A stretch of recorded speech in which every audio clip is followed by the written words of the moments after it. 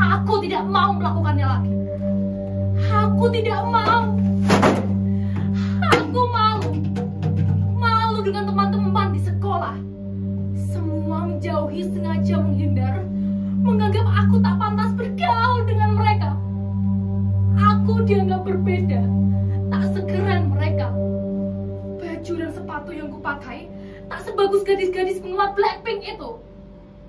Semula aku menanggapinya acuh tak acuh. Tapi lama-lama Linka, Kiki, Esa tiba-tiba menghilang dari peredaran. Mereka tak mau bersahabat denganku lagi. Apa arti gelang persahabatan ini? Tak berguna.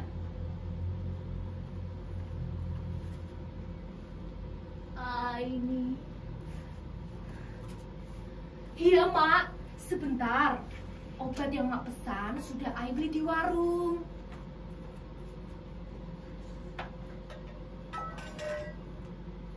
Emak sedang sakit. Sudah hampir sebulan. Aku belum sanggup membawanya ke dokter.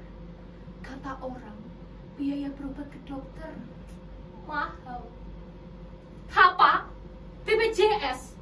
Dari mana kami membayar cicilan setiap bulannya? Bu Siti yang kerja di puskesmas pernah bilang, iuran BPJS yang menunggak atau tidak dibayar terancam terkena denda. Ya sudahlah, orang susah dilarang sakit. Itulah mengapa sudah sebulan ini aku menggantikan pekerjaan emak untuk berburu karton, koran, dan botol bekas ke warung-warung dan toko. Sering aku memungut barang bekas yang sengaja dibuang sembarangan. Aku tak habis pikir, kenapa orang-orang membuang sampah sembarangan? Tidakkah mereka tahu bahwa tindakan mereka itu akan merusak bumi yang kita tinggali ini? Sementara tong sampah dibiarkan kosong tak berfungsi sebagaimana mestinya. Sejak bapak meninggal 5 tahun lalu, emaklah yang mencari nafkah untuk menyambung hidup. Sempat menjadi buruh cuci dengan upah seikhlasnya. Lambat laun tenaga emak semakin berkurang, tak kuat lagi mencuci. Kemudian emak memilih menjadi pemulung. Dalam sehari, emak mampu mengumpulkan sampah 10-15 kg. Tak banyak uang yang dibawa emak ke rumah. Cukuplah untuk membeli beras, lauk pauk, dan sedikit jajan untuk. Hujan terik matahari tak pernah menyurutkan semangat emak. Dengan segala keterbatasan, emak berusaha memenuhi kebutuhan sekolah. Emak ingin sekali aku jadi guru. Menjadi guru adalah cita-cita emak dulu. Ai, bagaimanapun pedihnya hidup, ingatlah kamu masih punya Tuhan. Jangan menyerah menggapai cita-cita. Begitu pesan emak. Saat ini emak sakit keras.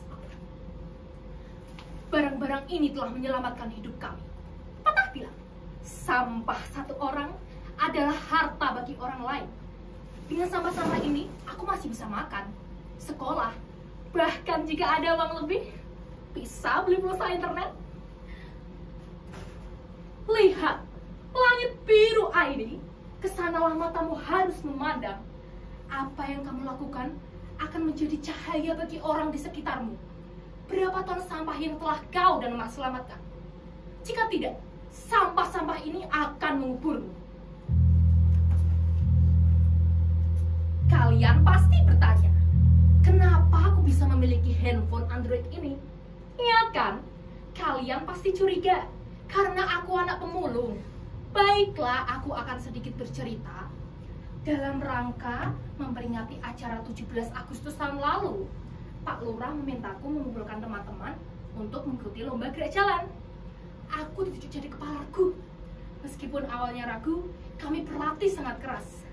Dan akhirnya, regu kami menang. Pak Lurah bilang begini, Aini, kamu hebat. jempol untuk kamu. Tunggu bonus dari Bapak ya. Hehehe. Nah, jelaskan asal-usul handphone ini.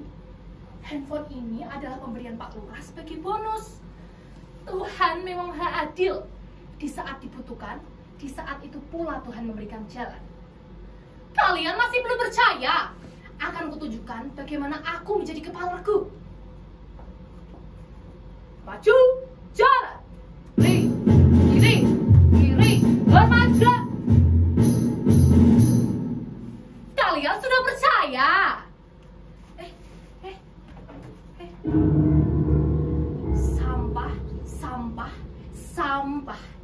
Sampah plastik menyebabkan pencemaran tanah karena sifatnya yang sulit terdekomposisi. Plastik membutuhkan waktu 10-20 tahun untuk dapat terurai secara alami. Saat ini Indonesia masih menghadapi krisis sampah plastik. Konsumsi penduduk setiap tahunnya terus meningkat, tetapi kesadaran untuk mengolah sampah plastik tidak ikut meningkat.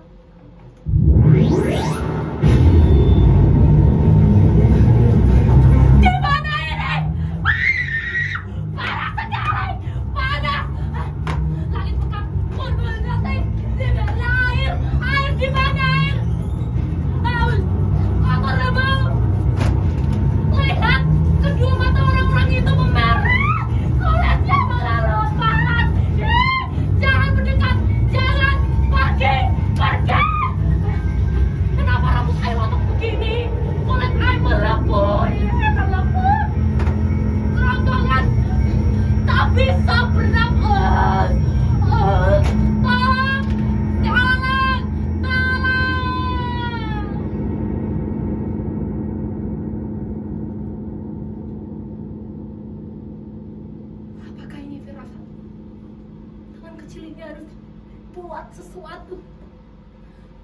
Apa yang bisa aku lakukan dengan barang-barang ini? Aku pernah mengunjungi pameran kerajinan daur ulang. Di pintu masuk terpajang spanduk bertuliskan, jika tidak dapat mengurangi, maka gunakan kembali, perbaiki, bangun kembali, perbaharui, haluskan kembali, jual kembali, dan daur ulang. Aku masih mengingat tulisan itu. Jujur saja, pada saat itu aku masih belum tertarik untuk mengolah sampah. Dalam pikiranku, sampah adalah sesuatu yang kotor dan menyijikkan. Dan hasil daur ulangnya pun masih biasa-biasa saja, tak ada yang istimewa. Sekali waktu, aku diajak ibu guru mengikuti workshop. Di sana diajarkan bagaimana cara mengolah barang-barang yang sudah tak bernilai menjadi bermanfaat. Seperti vas bunga dari koran bekas, tas plastik kemasan kopi, bunga dari sedotan, dan lampu hias dari botol bekas. Selain bermanfaat, barang-barang ini juga dapat dijual dengan harga yang pantas. Lalu, mengapa aku harus merasa minder dan malu, sibuk berimajinasi dengan penilaian orang lain? Cuaca sedang cerah. Aku begitu bersemangat merealisasikan rencana-rencana ini. Tralala. Oh iya, tanggal berapa ya sekarang? Oh, 17. Emak mengizinkan ruang tamu ini digunakan sebagai galeri sekaligus tempat pelatihan. Karya kerajinan tangan daur ulang ini akan terpajang rapi di sini. Tunggu dulu. Bagaimana jika meja ini diletakkan di sudut sebelah kanan? Nah, begini. Bagaimana menurut kalian? Cocok? Hah, bilang saja kalau tidak cocok. Kalau begitu geser sedikit ya. Nah, aku akan mengajak teman sekampung, tetangga untuk membantu mendaur ulang sampah-sampah ini. Siapa? Sebentar. Oh, terima kasih Pak. Sampah-sampah ini akan saya terima dengan senang hati. Jauh-jauh Bapak mengantarnya kemari. Semoga warung Bapak semakin laris ya Pak. Sejak saat itu, Aku tak perlu lagi memungut barang bekas ke warung-warung dan toko. Semua orang di lingkungan ini akhirnya memiliki kesadaran memilah sampah dari rumah. Ini kemajuan berarti. Melalui postingan di media sosial, aktivitas daur ulang sampah dapat dilihat banyak orang. Semoga saja hal sederhana yang aku lakukan dapat menginspirasi teman-teman sebaya. Tapi handphoneku harus dijual untuk biaya berobat emak. Emak harus segera sembuh dari sakitnya. Obat yang aku beli sudah tak mampu mengobati. Emak harus segera sembuh dan dibawa ke dokter. Ini. Kalian sudah datang. Ayo silakan masuk teman-teman. Kita pisahkan dulu barang-barang ini. Nah, botol plastik bekas diletakkan sebelah sana. Kardus bekas sebelah sana. Koran bekas tekan sebelah sana. Dan yang lainnya kita kumpulkan di sini. Ini adalah contoh barang yang akan kita buat. Vas bunga terbuat dari lintingan koran bekas. Cukup mudah membuatnya.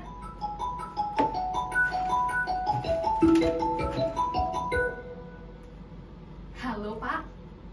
Iya, betul saya Aini. Iya Pak, betul saya dan teman-teman yang memilah sampah-sampah ini. Betul Pak. Kapan sih Pak jadwal pamerannya? Oh, baik Pak, akan saya usahakan. Boleh dong Pak, silahkan datang untuk melihat-lihat. Baik Pak, terima kasih. Teman-teman, kita mendapat undangan pameran bulan depan. Yes! Karya kerajinan kita akan terpajang rapi bersama dengan karya pengrajin yang lainnya. Tapi, bagaimana jika karya kita lebih jelek dari mereka? Mereka akan menertawakan, menganggap kita tak profesional. Aduh, bagaimana ini? Apakah kita harus menolak tawaran ini? Tidak. Kita harus optimis, percaya diri dan yakin. Hai ini kesempatan baik. Ayo lebih giat lagi, lebih kreatif lagi. Sesuaikan dengan gambarnya ya. Barang yang sudah jadi kita letakkan di sini. Nah, awas jangan sampai terjatuh. Coba kita foto dulu ya. Nah, coba di sebelah sini. Mengguntingnya jangan terlampau pendek, nanti sulit menyambungkan. Coba lihat. Nah, pinggirnya harus terlihat rapi. Aku baru saja mengantar emak pergi ke dokter. Sebenarnya penyakit emak ini membutuhkan penanganan khusus. Tapi emak bersikeras ingin pulang. Dokter tak begitu jelas menerangkan apa penyakit emak. Dokter hanya menginstruksi berapa kali dalam sehari emak harus meminum obat. Aku pun tak sempat bertanya lebih jauh. Tatapan emak mengisyaratkan bahwa emak ingin cepat dibawa keluar. Dalam perjalanan pulang, emak sempat berbisik. Hai, kamu pahlawan emak. Mataku berkaca-kaca. Aku pun membalas ucapannya. Ai bangga sama emak karena pahlawan yang sesungguhnya adalah emak. Oh iya, Lingga, Kiki, dan Esa hari ini akan berjanji datang ke rumahku. Mereka akan menyumbangkan botol plastik bekas yang telah dikumpulkannya. Mereka juga akan membantu mempublikasikan karya kerajinan daur ulang ini. Ternyata mereka tidak benar-benar meninggalkan aku. Ling, Ki, Za, we are best friend deh, forever. Tuhan, terima kasih telah mengembalikan hari-hari baik padaku.